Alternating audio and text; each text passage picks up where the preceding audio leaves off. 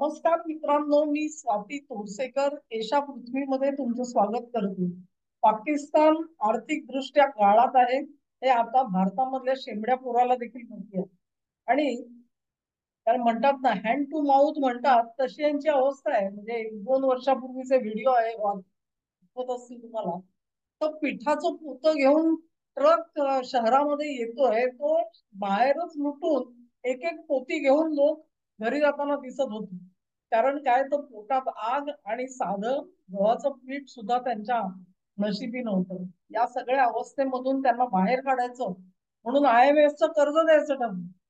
IMF कर्ज म्हणजे गळ्यावरचं जोखड असतं, मानेवरचं जोखड असतं. कारण मला IMF सांगते ते सगळं ऐकावं लागतं. त्यांच्या नियमानुसार राज्य चालवावं लागतं, राज्यकारभार आणि अर्थ व्यवहार करावे लागतात.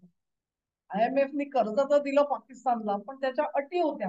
आणि त्या अटींमध्ये तुम्ही खर्च कुठल्या कुठल्या गोष्टींवर करायचा, कुठल्या गोष्टीवर करायचा नाही, इम्पोर्ट किती करायचं, एक्सपोर्ट किती करायचं, या सगळ्याचे नियम बनवतात. शिवाय तुमच्या रुपयाचं अवमूल्यन होता कामा नये म्हणून काय काय खबरदारी घ्यायला पाहिजे तेही ते सांगतात. म्हणजे एका डॉलरला काय, आता तो 280 त्यांचा रुपया आहे, तो 280 ते 285 या सीमारेषेमध्ये ठेवायचा. नाहीतर तुम्ही नोटा छापाल आणि तिथे उद्योग कराल, तर तसं चालत नाही. त्यांच्या नियमानुसार सगळी कामं करावी लागतात. आणि पाकिस्तान शपथेवर सांगत आहोत तर आम्ही सगळं बरोबर अगदी IMF ने सांगितलंय तसंच करतोय सगळं. आणि मग त्यांना पुढचा हप्ता द्यायचा का नाही वगैरे या सगळ्या त्यांच्या चर्चा चालू होत्या, तुम्हाला आठवत असेल आता. तर आता काय झालेलं आहे लक्षात घ्या.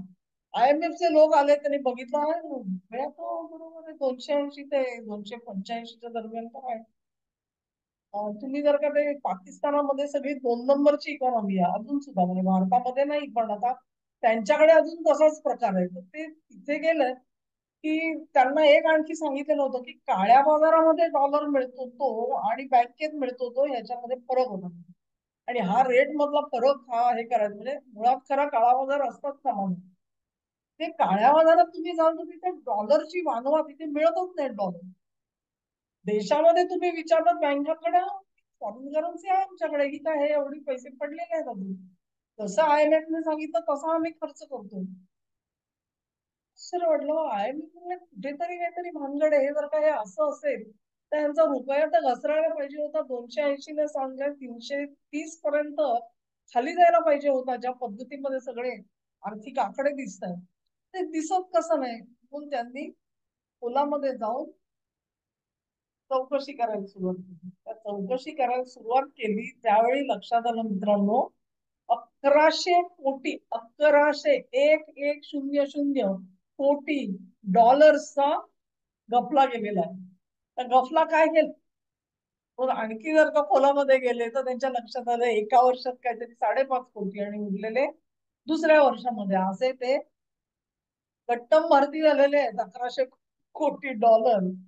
आणि त्याचा हिशोब नाही कुठे. आता हिशोब नाही कुठे असं कसं काय होईल, सरकारी खर्च आहे. तर काय केलं लक्षात घ्या, तिथून जे इन्व्हेस्टिगेशन केलं त्याच्यामधून त्यांच्या लक्षात आलं की गफला कुठे झालेला आहे, तर चीनशी झालेल्या आयात निर्यात व्यापारामध्ये चीनने प्रामाणिकपणे आपला जो सगळा निर्यातीचा डेटा आहे तो इंटरनॅशनल सेंटरला त्यांनी पाठवून दिला. मला वाटतं ते जिनिव्हा मध्ये काहीतरी इंटरनॅशनल सेंटर आहे, त्यांच्याकडे तुम्हाला सबमिट करायचा की आमची आयात निर्याती अशी आहे. आणि प्रत्येक HSN कोड असतो ना, हार्मोनाइज नंबर जो दिलेला असतो, प्रत्येक कॅटेगरीचा एक वस्तू आहे की समजा स्टीलच्या वस्तू असतील की काय तांब्याच्या वस्तू असतील, सोपं करून सांगते तुम्हाला, टेक्सटाईल असेल तर त्याचे वेगवेगळे कोड आहेत. त्या कोड मध्ये तुम्ही काय काय आयात केली हे तिकडे कळवायचं असतं. चीनने ते कळवून टाकलं. आता चीन म्हणतो की पाकिस्तानला आम्ही 100 रुपयाचा माल निर्यात केला. पाकिस्तान म्हणतो की आम्ही 40 रुपयाचा माल चीनकडून आयात केला. आला की नाही घपला. चीन म्हणतो 100 रुपये, पाकिस्तान म्हणतो 40 रुपये, उरलेले 60 रुपये गेले कुठे.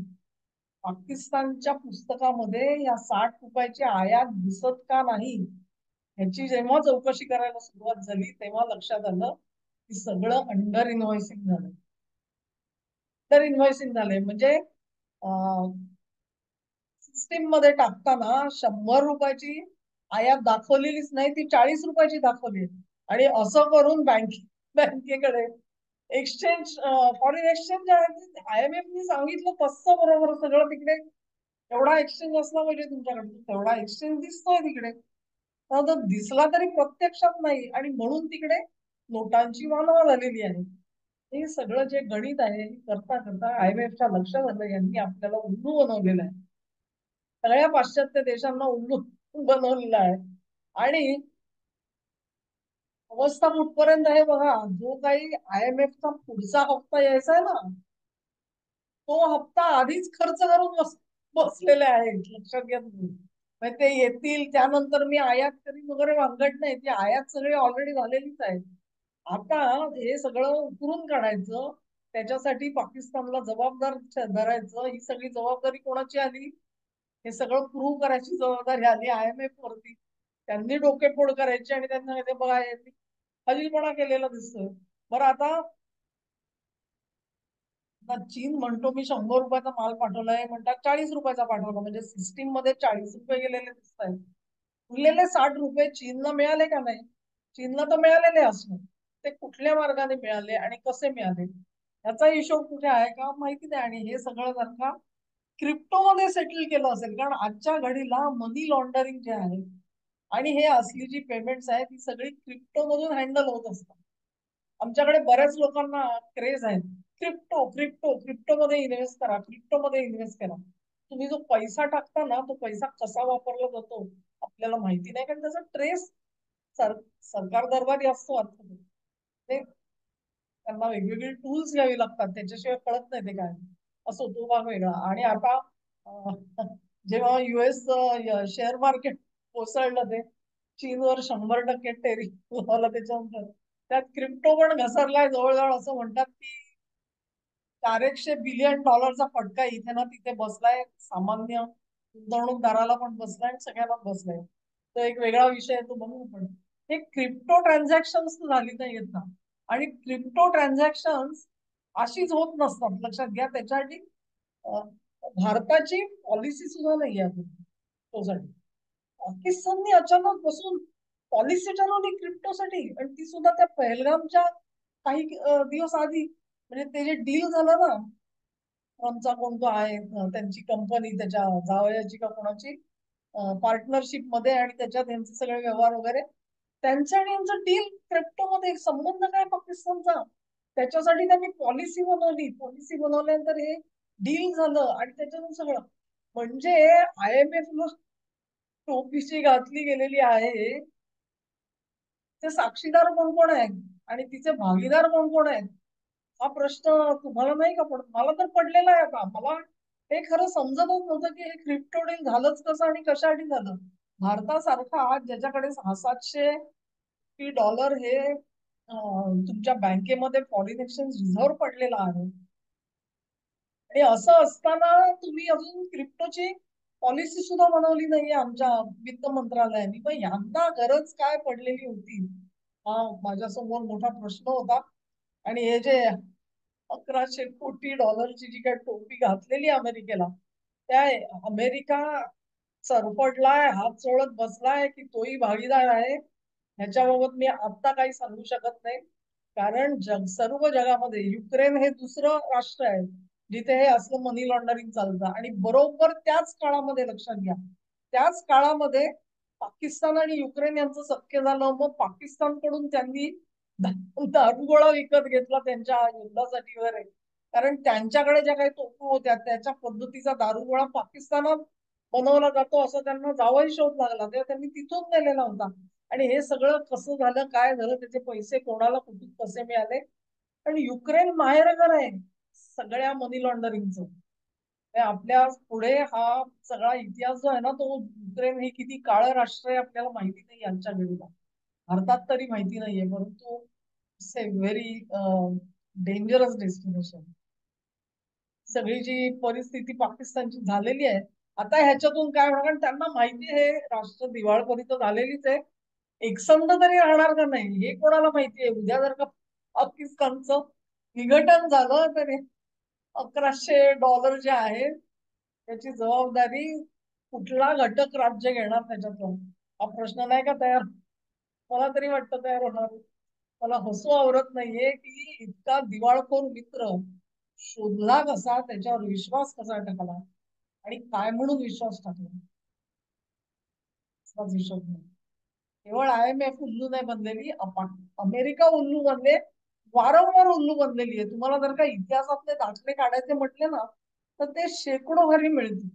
इतके वेळा अमेरिकेला उल्लू बनवलेलं आहे. 9/11चा हल्ला म्हणजे काय होतं, प्रशिक्षण कुठे झालेलं होतं, आणि यांच्याकडे जर का माहिती होती पाकिस्तानातून पैसा गेलेला आहे त्या टेररिस्टना, पाकिस्तान दुबई मारली, तो कसा गेला, कोणी केला, आणि या सगळ्याचे डिटेल तुमच्याकडे नव्हते. तुम्ही अमेरिकेला सावध नव्हते करू शकत. सगळे प्रश्न आहेत. आणि यांना ते देखील उल्लू बनायला बसलेले आहेत. त्यांना चीन उल्लू बनवतो, त्यांना पाकिस्तान उल्लू बनवतो, त्यांना युक्रेन उल्लू बनवतो. उल्लूच बनायचं ठरलं, कारण ते उल्लू नाही बनत. त्यांचे नेते जे आहेत अमाप पैसा घेऊन बसलेले आहेत. मी एकदा म्हटलेलं होतं, अमेरिका आणि पाकिस्तान दोघांची परिस्थिती वेगळी नाहीये, दोघेही एकाच लाईनवर चाललेले दिसतात मला.